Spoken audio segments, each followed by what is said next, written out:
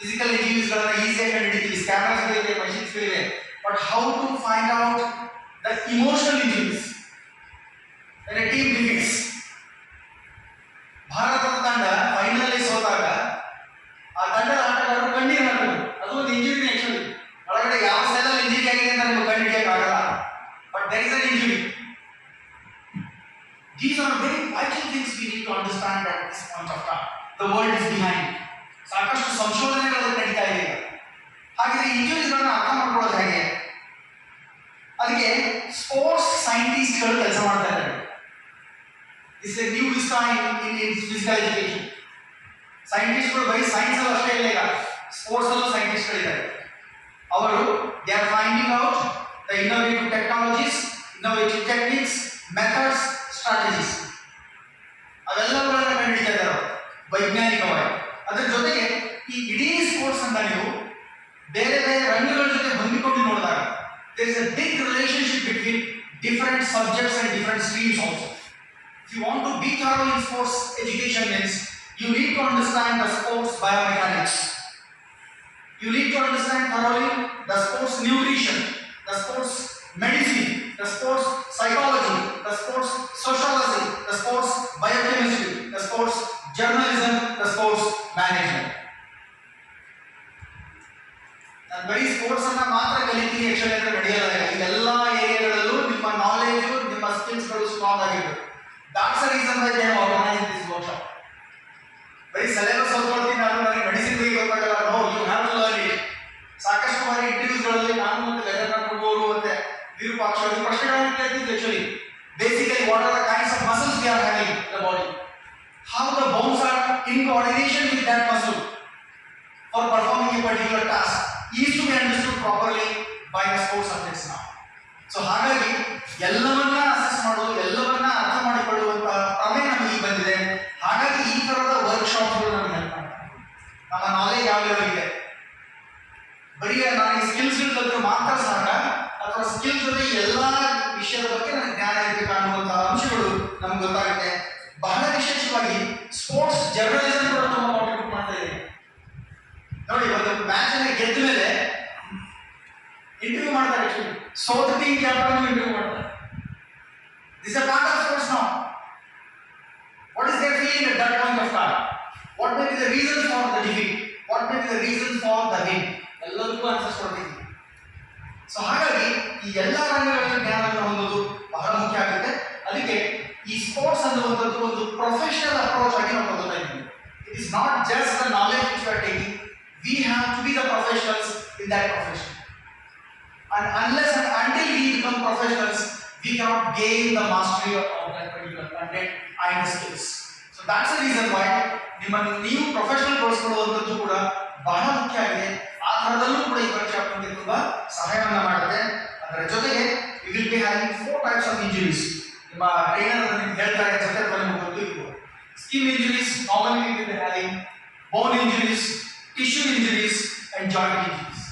So ಯಾವ ಯಾವ ಇಂಜುರಿಗಳು ಯಾಕೆ ಆಗ್ತವೆ, ಯಾವ ಯಾವ ಇಂಜುರಿಗಳು ಆಗದೇ ಇರೋಗಿ ನೋಡ್ಕೊಳ್ಳೋದಕ್ಕೆ ನಾವು ಏನು ಮಾಡಬೇಕಾಗಿದೆ ಮತ್ತು ಆದಾಗ ತೆಗೆದುಕೊಳ್ಳುವಂತಹ ಕ್ರಮಗಳೇನು ಅನ್ನೋದನ್ನ ಕ್ಲಿಯರ್ ಆಗಿ ಅರ್ಥ ಮಾಡಿಕೊಂಡಾಗ ಮಾತ್ರ ನಮ್ಮ ಫೀಲ್ಡ್ಗಳಲ್ಲಿ ನಾವು ಸೇವೆಯನ್ನು ಸಲ್ಲಿಸಲು ಸಾಧ್ಯ ಆಗುತ್ತೆ. ಅದರ ಜೊತೆಗೆ ರಿಕವರಿ ಆಗಬೇಕಾದ್ರೆ there is a formula. 3 important things we need to understand.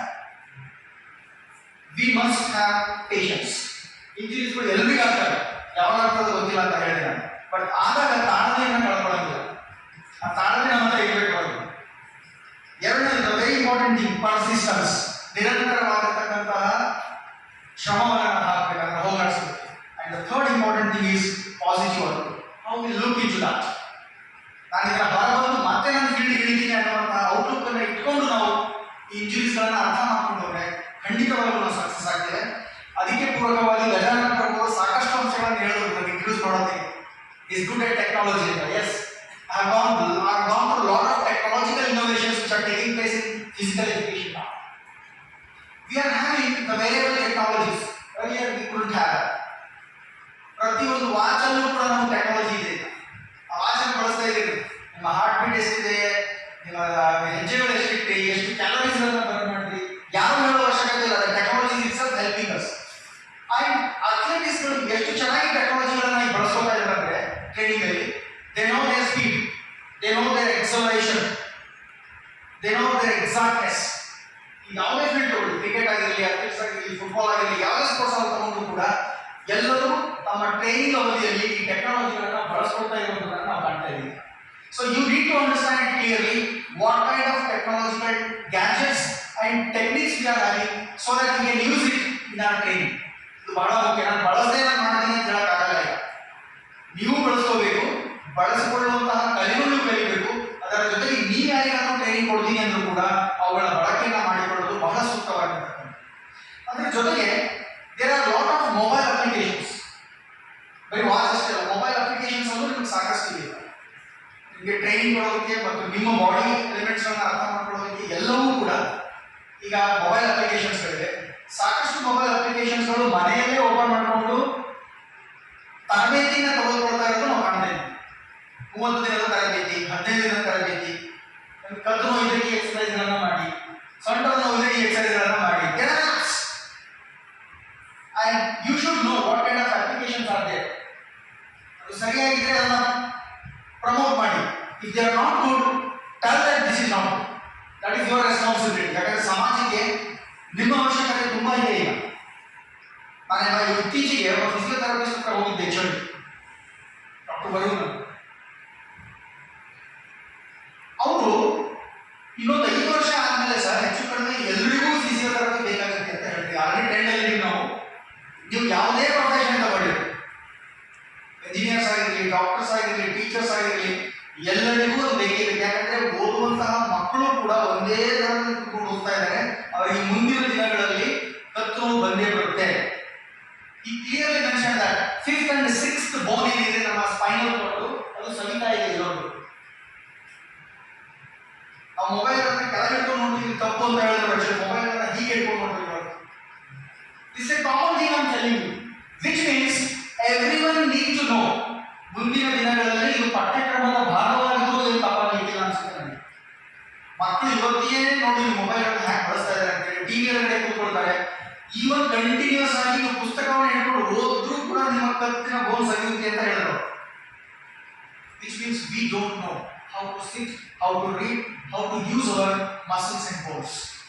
That's the reason why these kinds of workshops will be definitely very useful. ನಾನು ನಿಮ್ಮಿಂದ ತುಂಬಾ ನಿರೀಕ್ಷೆ ಮಾಡ್ತೇನೆ. ಯಾಕಂದ್ರೆ ಹೇಳಿದ್ರೆ ಆಕ್ಚುಲಿ ಅವ್ರು ಒಬ್ರು ನಿಮಗೆ ಟ್ರೈನಿಂಗ್ ಕೊಟ್ರೆ ನೀವು ಇಷ್ಟು 1000, 100, ಲಕ್ಷ ಜನ ಟ್ರೈನಿಂಗ್ ಕೊಟ್ಟಿರೋ ಗೊತ್ತಿಲ್ಲ. ಅವ್ರು ಕೊಡುವಂತ ಅವಶ್ಯಕತೆ ಈಗ ಕಾಣ್ತಾ ಇದೆ. That is one important thing. And recently you might have heard about Elon Musk. He is the owner of Twitter and Tesla company. He experimented the brain-computer interface. ಮನುಷ್ಯನ ಬ್ರೈನ್ ಕಂಪ್ಯೂಟರ್ಗೆ ಹೇಗೆ ಲಿಂಕ್ ಆಗುತ್ತೆ, ಹೇಗೆ ಕಮ್ಯುನಿಕೇಟ್ ಮಾಡುತ್ತೆ ಅನ್ನೋದ್ರ ಮುಖಾಂತರ ಒಂದು brain ಅಲ್ಲಿ ಚಿಪ್ ಅನ್ನು ಇಂಟ್ರೊಡ್ಯೂಸ್ ಮಾಡಿದ್ದಾರೆ. ಎಕ್ಸ್ಪೆರಿಮೆಂಟ್ ಆಗಲಿಕ್ಕೆ ಶುರುವಾಗಿದೆ. ಮುಂದಿನ ದಿನಗಳಲ್ಲಿ ನೀವು ಒಂದು ಕಂಪ್ಯೂಟರ್ನ ಅಥವಾ ಮೊಬೈಲ್ ಅನ್ನ ಬಳಸಬೇಕಾದ್ರೆ ಅದನ್ನ ಮುಟ್ಟೋ ಅವಶ್ಯಕತೆ ಇಲ್ಲ. ಇದು ಬರೀ ಥಿಂಕ್ ಮಾಡಿದ್ರೆ ಸಾಕು ವರ್ಕ್ ಆಗುತ್ತೆ. ಫಾರ್ ಎಕ್ಸಾಂಪಲ್ ನಾನು ನಿಮ್ಗೆ ಯಾರಿಗಾರು ಕಾಲ್ ಮಾಡಬೇಕಾದ್ರೆ ನಿಮ್ಮ ಹೆಸರಿನಲ್ಲಿ ಕಾಲ್ ಮಾಡ್ತಾ ಅಂದ್ರೆ ಸಾಕು ಮೊಬೈಲ್ ಅಲ್ಲಿ ಕಾಲ್ ಶುರುವಾಗುತ್ತೆ. ಆ್ಯಪ್ ಓಪನ್ ಆಗಿ ಅಂದ್ರೆ ಆ್ಯಪ್ ಓಪನ್ ಆಗುತ್ತೆ ಅನ್ನೋ ಅವಶ್ಯಕತೆ ಇಲ್ಲ. This is what the technology is going on in the world. So just see the revolution. ಮುಂದಿನ ದಿನಗಳಲ್ಲಿ ನಮ್ಮ ಇಡೀ ಬಾಡಿನ ಸ್ಕ್ಯಾನ್ ಮಾಡುವಂತಹ ಸ್ಟ್ರಕ್ಚರು, ಮೆಕ್ಯಾನಿಸಮ್ ಬರ್ತಾ ಇದೆ. ಅದ್ರ ಜೊತೆಗೆ ಬ್ಲಡ್ಗಳಲ್ಲಿ ಚಿಪ್ಸ್ಗಳನ್ನು ಇನ್ಸರ್ಟ್ ಮಾಡ್ತಾ ಇದ್ದಾರೆ ಇಂಜೆಕ್ಟ್ ಮುಖಾಂತರ. ಮುಂದಿನ ದಿನಗಳಲ್ಲಿ ಏನಾಗ್ಬೋದು ಅಂದ್ರೆ ಇಡೀ ನಮ್ಮ ಮಸಲ್ಸ್ಗಳಲ್ಲಿ ಏನಾದರೂ ತೊಂದರೆಗಳಿದೆ, ಬೋನ್ಸ್ಗಳಲ್ಲಿ ತೊಂದರೆಗಳಿದೆ, that will identify itself. A very